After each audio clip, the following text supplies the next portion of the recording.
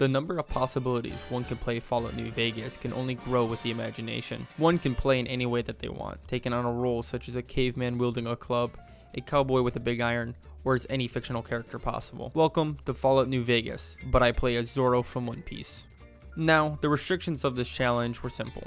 1. I must beat Fallout New Vegas with only a katana, and 2. I have to fight the Legate in a 1v1. We start by creating our character, naming ourselves Zoro, and customizing our character to look like a Temu version of Zoro. For the special points, I focused on strength for the higher melee damage, and luck for additional critical chance, as well as something that will come in handy later. For the skill tags, I chose bartering, which I'll explain in one moment, speech, and melee for obvious reasons.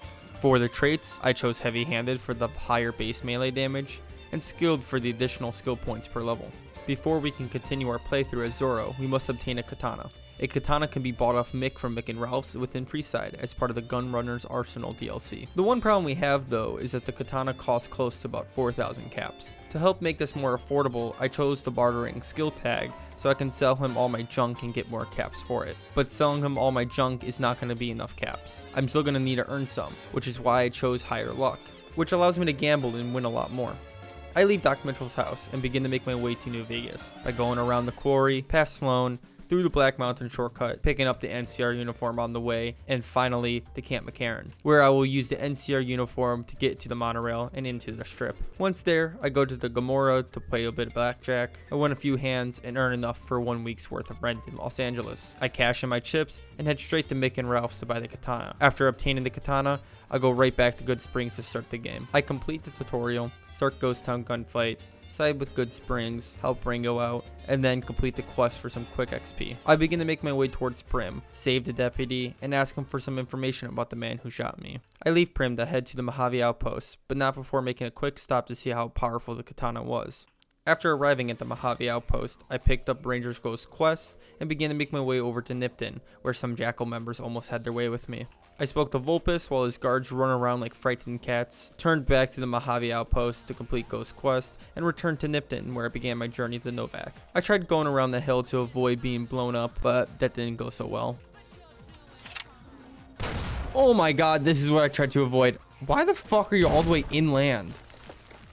Like, in the cliff. Once I arrive in Novak, I grab Boone's quest, stole the bill of sale from Crawford's safe, and lead Crawford to the front of the dinosaur. I put on Boone's beret, acting like the CIA given their signal. Then Lee Harvey Oswald takes his shot and assassinates JFK. I speak to Boone one last time to complete his quest, and then I leave for Boulder City. Once there, I speak to the cons and get information, and then leave for the strip. Oh shit.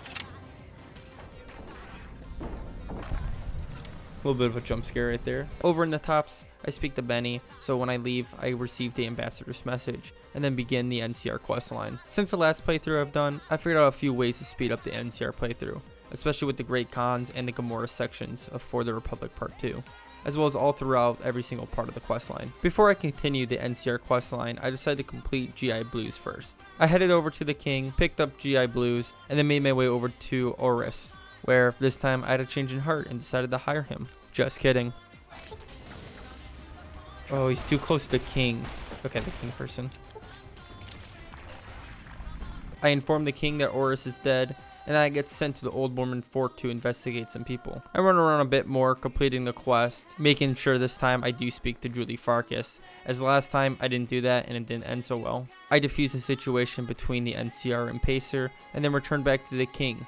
After his quest was completed, I started the NCR quest line. The first stop is at Nellis Air Base, where I must make contact with the Boomers and get their assistance for the Battle of the Hoover Dam. On my way, I made a quick stop to say hi to George. After entering Nellis Air Base, I spoke to Pearl, got the Boomers quest line, and began heading over to the museum to hear their story. After the little shit was done speaking Japanese, I headed over to Loyal to pick up Sunshine Boogie and Raquel for Ant's misbehaving. I started with Sunshine Boogie first. I headed over to Helios 1, where I accidentally pissed off some of the NCR. Once making it inside, I got lost. After a few minutes of searching and walking right by the exit a few times, I finally made my way to the array field. I picked up all the solar array parts and headed back to Nellis Array Field, where I repaired the solar panels and then headed inside to complete the Ant's misbehaving quest.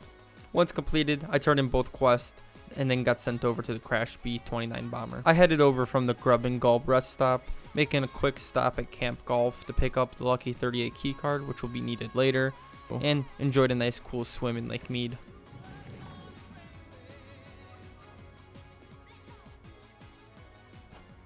Okay then.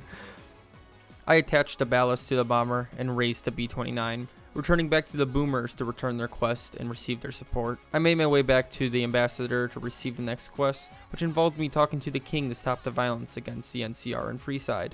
Since I completed the king's quest earlier, all I needed to do was speak to the king, as I already gained his trust and support. Once the violence is stopped, I returned back to Crocker and began the next step. I was sent to the Hoover Dam to speak to the colonel, where I'm tasked with dealing with the Great Khans. To make it over to Red Canyon, I headed over from Camp McCarran, because they're like, oh my god, I did not know there. Oh my god, I should look. Where, on my way, I made a quick stop to Cook's Barbecue, where I euthanized Queenie and consumed her big round cow titty raw. In Red Canyon, I spoke to Regis, where he will task me with assassinating Papa Khan. I waited by Papa Khan's bedroom door like a dog kicked out for parents' wrestling time, until he came out of the room. With the door open, I bolted in, and then waited until he re-entered the room. Once he was sleeping, I gave him a quick goodnight kiss, and then established Regis as the leader of the Great Khans. The next part of this quest sends me to investigate the Gomorrah. After fast traveling again, I got jumped. Shit, man, why do I keep getting jumped at this gate? You fucking get back here. Get back here. Pussy ass, no, come back here.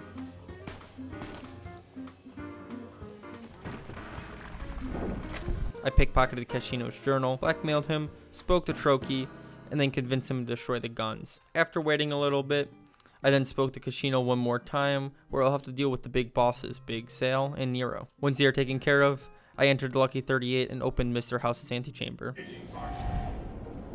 Dodge and weave, dodge and weave, dodge and weave.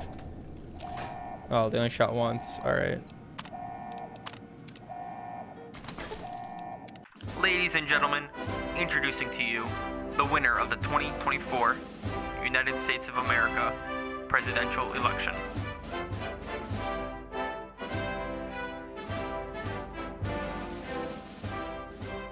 I returned to the Colonel and then get my next assignment, where I must deal with the Brotherhood of Steel. In Hidden Valley, I found their bunker and began their first quest, where I must deal with an NCR Ranger camping out in the nearby bunker. After entering every bunker but the correct one, because I refused to follow any quest markers, I finally found the correct one and smashed Dobson's radio. When I returned back to the Brotherhood, I pickpocketed the key cards off the Elder, Head Paladin, and Head Scribe to activate the self-destruction sequence. After having my ass double-fisted by 2 members of the Brotherhood, I escaped.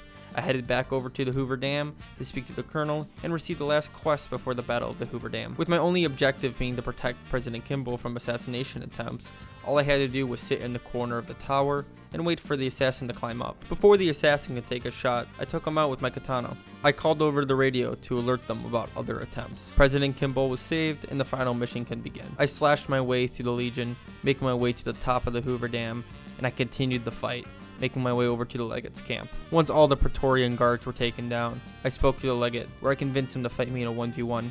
Here's the uninterrupted footage of this fight.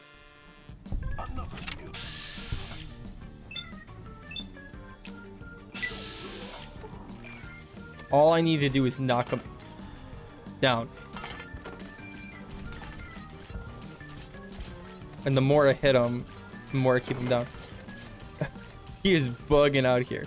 With the Super Slam perk I picked earlier in my run, I had about a 30% chance of knocking down my opponents with every swing. This debuff can also be applied when they're already knocked down, allowing me to take the Legate down with ease. Okay, well, let's see, actually, hold on.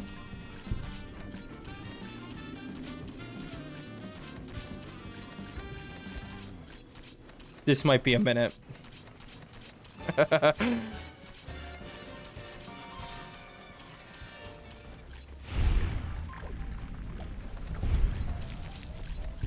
Perfect. Let's go. Oh, I didn't know you can split them like that. Oh. with the Legate defeated, General Oliver busted in through the front gate, and then I ended the run. This challenge was quite fun, and I enjoyed making this video. If you'd like to see more content like this, subscribe so you don't miss a video. Don't forget to leave a like and comment down below on what you would like to see next. These challenges are streamed live on my Twitch channel, linked down below, so check me out when you have a chance. Thank you for watching.